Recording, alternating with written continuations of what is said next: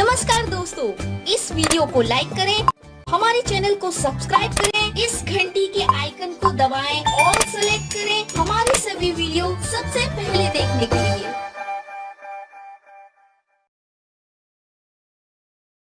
करेंगे इस दिशा में आपको काम करने की जरूरत है। उसके लिए आपको मिशन चलाने की जरूरत है। अपने आप में एक वैचारिक आंदोलन खड़ा करने की जरूरत है। उसके लिए कुछ आप कितने पढ़े लिखे हो यह भी मायना नहीं रखता, आपकी उम्र कितनी है यह भी मायना नहीं रखता। आपको घर से बाहर निकलने की जरूरत है अपने समाज के लिए। अरे एक परिवार में तो कुत्ता भी जीता है, एक परिवार में तो कोई भी जी लेता है, लेकिन समाज के लिए जीना बहुत बड़ी बात है। मैं एक उदाहरण देता हूं और अपनी बात को यहीं रोक देता हूं, क्योंकि मेरे को जाना है। मैं बहुत इच्छा थी मेरी आप लोगों से खुली बातचीत करने की।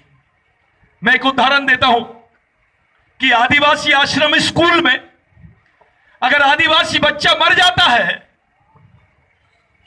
तो उसको 30,000 का चेक मिलता है। अभी 35,000 हो गया है। यानी एक आदिवासी बच्चे की जान की कीमत कितनी? 35,000।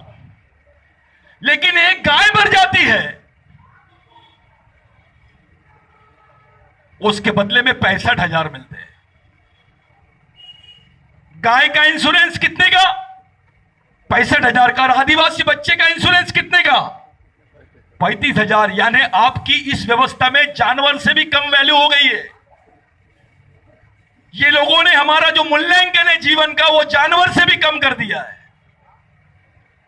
इस चीज को भी समझना पड़ेगा कि हमारा सामाजिक मूल्यांकन इस व्यवस्था में कैसा है।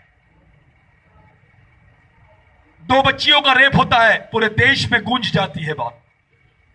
आश्रम स्कूल में 27, 28, 32, 33, 12 साल की, 11 साल की, 9 साल की, 16 साल की लड़कियों का रेप होता है, कंटिन्यूअस रेप होता है। इस पे कोई बात नहीं होती।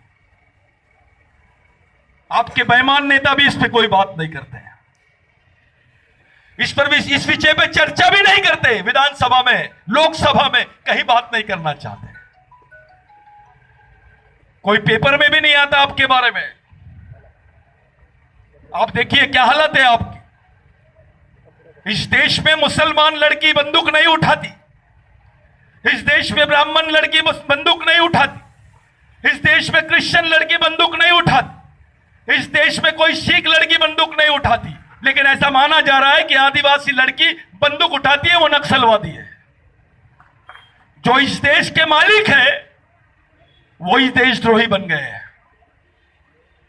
क्या बात है, क्या मजबूरी है? ऐसी कौन सी परिस्थितियां निर्माण हुई कि आदिवासी महिला जिसको खाने को नहीं है ग्रामीण में, वो बंदूक लेके सामने आने वाली है, आ गई है।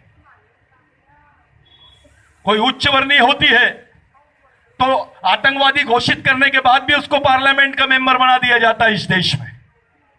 लेकिन क्योंकि वो आदिवासी है, उसके साथ सिर्फ जेल और फांसी की सजा, यह मुमकिन हो गई बात। आपको इस व्यवस्था में कौन सा स्थान है? आपके बाल बच्चों के बारे में क्या स्थान है? आपके समाज के बारे में क्या स्थान है? जब तक कि आप इसके बारे में चिंतन नहीं करोगे तब तक कि कुछ होने वाला नहीं। ये आदिवासी विचार मंच, बिरसा ब्रिगेड, ये जो हम लोग चला रहे हैं, ये जो मिशनरी काम चल रहा है, मैं उसके तमाम कार्यकर्ताओं से एक विनती करता हूं कि अगली बार बुलाएंगे तो मेरे को सिस्टम दिखाना, आप बुलाएंगे तो मेरे को व्यवस्था दिखाना। मैं उसी जगह पे जाना चाहता हूं, यहां बैठे रहने का कोई मतलब नहीं है। एक ऐसा सपना देखो कि पूरा समाज उस मिशनरी स्कूल के पास में खड़ा होगा जहां पे तुम्हारा बच्चा ट्रेन होगा, तुम्हारे बच्चों की रोजी रोटी, उसकी जिंदगी बनाने की मशीन तैयार की जाएगी, उसका ब्रेन तैयार किया जाएगा। अपने आप में भारत का नहीं, विश्व का पहला ट्रेनिंग सेंटर बन सकता है वो।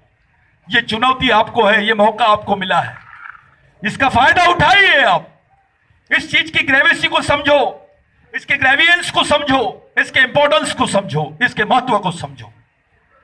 मैं आप लोगों के बीच में से जा तो रहा हूं, लेकिन एक मेरे मन में एक बात थी। मेरे को सब लोगों ने बोले, दादा अपन लोगों ने ये जमीन ले लिए, ये ले लिए, वो ले लिए, किसी गवर्नमेंट से भीख मत मांगना। हमको किसी से भीख नहीं होना, हम खुद समाज का काम करेंगे, समाज के लोगों से ही पैसा निकालेंगे।